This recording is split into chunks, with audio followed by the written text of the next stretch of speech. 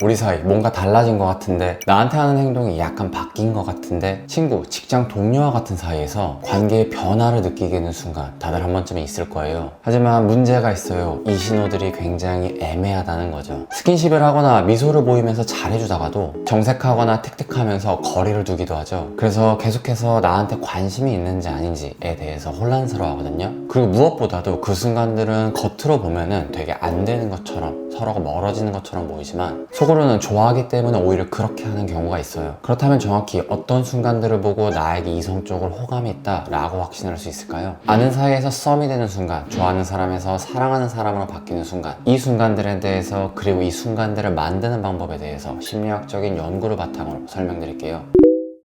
먼저 이번 영상은 핵심을 깔고 갈게요. 이번 영상은 소개팅과 같이 처음 만나는 사이에 대해서 다루는 게 아니라 기존의 관계를 깨고 새로운 관계로 넘어갈 때 그 사이를 다루고 있어요. 관계의 변화에 대해서 초점을 맞추고 있다는 거죠. 그러면 대체 관계의 변화가 생기기 위해서는 어떤 일이 발생해야 할까요? 가장 중요한 거, 익숙함이 깨져야 해요. 사회심리학의 거장 로이 바흐마이스터는 사랑에 빠질 때 무엇이 영향을 주는지에 대해서 궁금했어요. 그리고 연구 결과 답은 친밀도의 변화가 생겨야만 한다 라는 것을 알아냈죠. 논문에서 설명하기를 친밀도가 높아지던지 낮아지던지에 상관없이 친밀도의 변화가 생기기만 한다면 사랑이라는 것은 생길 수 있다고 했어요. 더 친해지면서 그 사람의 매력에 빠지던, 덜 친해지면서 그 사람의 소중함을 깨닫게 되던, 새로운 관계를 만들어내면서 사랑이라는 것이 싹트게 된다는 거죠. 하지만 이 친밀도의 변화가 없다면 사랑에 대한 열정이라는 것은 생기지 않는다고 해요. 친해질수록 이성적으로 보이지 않는 이유, 오래 사귄 연인 간에 권태기가 오는 이유, 다 이 익숙함이 발목을 잡는 거죠. 그리고 뒤집어 말하면 이 익숙함이 없어지는 순간이야말로 아는 사이에서 썸을 타는 사이로 넘어간다는 거예요. 여기서 중요한 점은 이 익숙함이 깨지는 순간들은 겉으로 보기엔 멀어지는 것 같아 보여도 속을 자세히 보면 더 깊은 관계로 나아가고 있는 경우가 있어요. 그러니 이 신호들을 잘 해석해야 되고 괜히 오해해서 마음을 접으면 안 된다는 거죠. 관계가 깊어질 때 이렇게 혼란감을 주는 순간이 세 가지 순간이 있거든요. 소개해 드릴게요. 첫 번째로 소유로부터 벗어나는 순간이에요. 우리가 물건을 가지는 순간 그 물건을 소유하게 되는 것처럼 우리가 관계를 형성한 순간 그 관계 또한 일종의 소유의 개념으로 우린 접근해요. 나랑 같이 밥 먹는 사이, 서로 생일 챙겨주는 사이, 고민했을 때 들어주는 사이, 이런 관계들에 대해서 우리는 얻어냈고 그 관계를 소유했다 라고 생각한다는 거죠. 또 한 번 얻어낸 관계는 영원할 거라고 오해해요. 그 사람에 대해서 다 알고 있다고 내가 그 관계를 완전히 소유했다고 착각하게 되죠. 특히 동성간이 아닌 이성간의 관계에서는요. 실제로 연구에 의하면 90%나 되는 사람들이 남사친, 여사친 간의 관계에서 불확실성을 경험해봤다 라고 대답을 했어요. 그리고 이러한 익숙함이 깨지게 되고 불안감을 느끼는 순간은 총 6가지 순간이 있는데요. 1. 갑자기 다른 누군가와 연애를 시작하는 순간. 2. 특별한 이유 없이 연락을 하지 않는 순간. 3. 자신의 성적인 경험을 털어놓는 순간. 4. 중요한 정보를 숨기거나 거짓말을 하는 순간. 5. 평소보다 더 애교를 부리거나 갑자기 잘 챙겨주려는 순간. 6. 우리 둘만 알던 얘기를 제3자에게 공유를 하게 되는 순간. 이 6가지의 순간에 불확실성을 느낀다고 해요. 그리고 이런 관계의 불확실성을 느끼는 순간부터 그것들을 극복하기 위해서 상대방한테 더 잘해주려고 하고 그 과정에서 연인 관계로 발전한다 라고 설명하죠.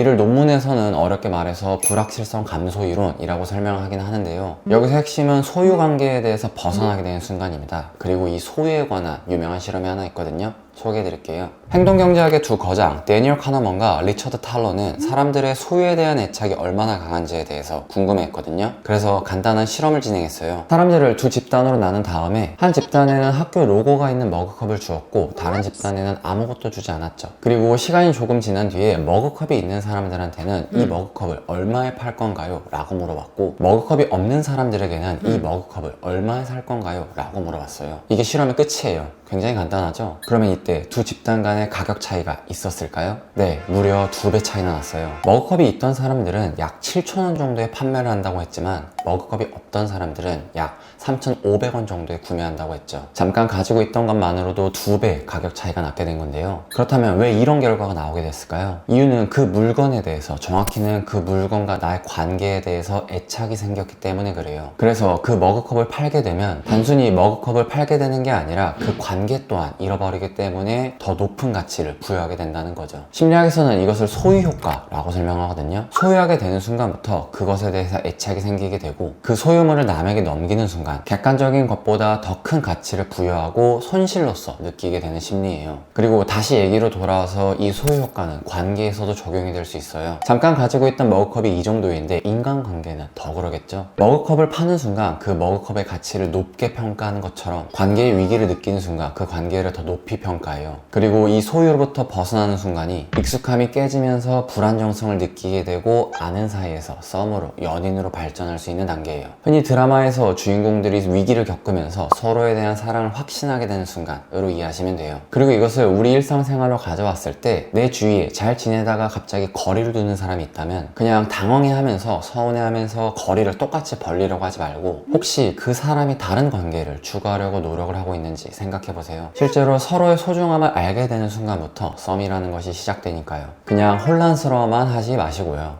여기서 오해하시면 안 되는 게 그냥 거리를 두는 게 신호는 아닙니다. 상대는 정말로 나를 싫어해서 거리를 두고 있는 중인데 나 혼자 김칫국 마시면서 계속 튕기다 보면은 지구 끝까지 튕겨져 나갈 수 있어요. 이 순간은 친밀감을 형성했다고 전제했을 때 단순히 거리를 두는 게 아니라 관계의 소중함을 깨닫게 해주려고 튕기는 순간을 의미해요. 그러니 계속 튕기다가 우리 우주에서 만나면 안 됩니다. 그렇다면 기존의 관계에서 새로운 관계를 맺으려고 할 때 단지 거리를 두고 멀어지려고만 할까요? 그렇진 않아요. 이성적인 매력도 같이 어필하려고 하죠. 아는 친구, 직장 동료가 아닌 한 여자, 한 남자로서 다가가려고 해요. 그리고 이 순간 또한 겉으로 보면 오해할 수 있겠지만 속을 자세히 보게 되면 상대방에게 다가가려고 하는 신호일 수도 있어요. 이게 바로 두 번째 순간이죠. 두 번째로 재수가 없어지는 순간입니다. 착한 사람 하면 뭐가 떠오르세요? 친절하고 얘기도 잘 들어주고 필요할 때 도움도 주는 사람, 이런 이미지가 떠오르죠. 그러면 이성적으로는 어떨까요? 착한 사람은 이성적으로 매력적일까요? 아니요, 단지 착한 것은 오히려 내 매력을 깎아먹을 수도 있어요. 특히 이성한테 어필할 때 나의 착한 점을 어필하려고 하는 사람들, 이 얘기 잘 들어주세요. 이와 관련된 심리학 연구를 소개해드릴게요. 로욜라 대학의 데레사 디도나토 박사는 착한 사람은 이성적으로는 어떨까에 대해서 궁금했어요. 그래서 하나의 실험을 진행했거든요. 이 실험 내용은 분석이 워낙 복잡했기 때문에 이해를 쉽게 하기 위해서 문제 형태로 알아보도록 할게요. 지금 보여드리는 두 문제는 실험 의도에 맞게 제가 가공한 문제이기 때문에 편하게 따라가시면 됩니다. 첫 번째 질문, 둘 중에 어떤 사람이 더 좋은 사람이라고 생각되시나요? A. 기부를 하면서 친환경 차를 타고 다니는 사람. B. 명품을 사면서 비싼 외제차를 타고 다니는 사람. 답이 예상되시죠? 네, 대부분의 사람들은 A라고 대답했어요. 그럼 여기서 보기만 두고 질문만 한번 바꿔볼까요? 두 번째 질문, 둘 중에 어떤 사람이 더 이성적으로 매력적인 사람이라고 생각하나요? A. 기부를 하면서 친환경 차를 타고 다니는 사람. B. 명품을 사면서 비싼 외제차를 타고 다니는 사람. 네, 여기서부터 사람마다 갈리게 됩니다. 몇몇 사람들은 답이 A에서 B로 바뀌게 되죠. 실제로 531명을 대상으로 했던 연구에서도 친환경 제품을 사는 A를 보고서는 좋은 사람인 것 같다, 따뜻한 사람인 것 같다 라는 평가도 존재했지만 매력적으로 보이진 않는다, 사귀고 싶은 마음이 들진 않는다 라는 평가 또한 존재했어요. 반대로 사치를 부리는 B를 보고서는 사회적으로 인정받을 것 같다, 뭔가 매력이 느껴진다, 이성적으로 흥미가 생긴다 라고 대답하기도 했다는 거죠. 실험에서는 구매 목록을 제외하고는 다른 정보들은 철저히 숨겼어요.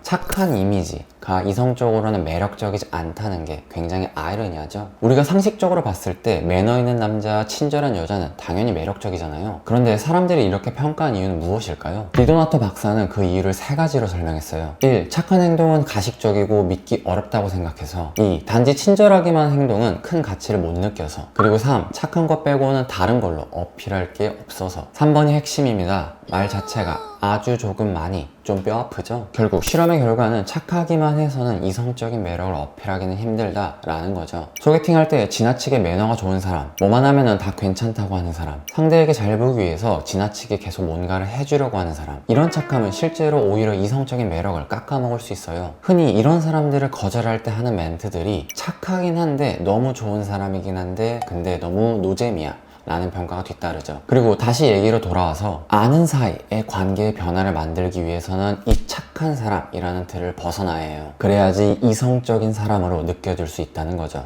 마찬가지로 오해하시면 안 되는 게 착한 사람 이미지를 벗는다는 게 비싼 옷을 입거나 명품에 돈을 많이 쓰거나 이런 것만을 의미하는 건 아니에요. 실제로 우리나라에서 이런 정서는 오히려 마이너스일 수 있고요. 또 상대방한테 못되게 굴라는 것도 아니고요. 재수가 없는 건 매력적일 수 있지만 싸가지가 없는 건 그냥 싸가지가 없는 겁니다. 핵심은 착한 사람을 안 좋아한다 라는 게 아니라 단지 착하기만 한 사람을 좋아하지 않는다 라는 거예요. 나의 다양한 매력을 어필하고 보여주려고 노력해야 된다는 거죠.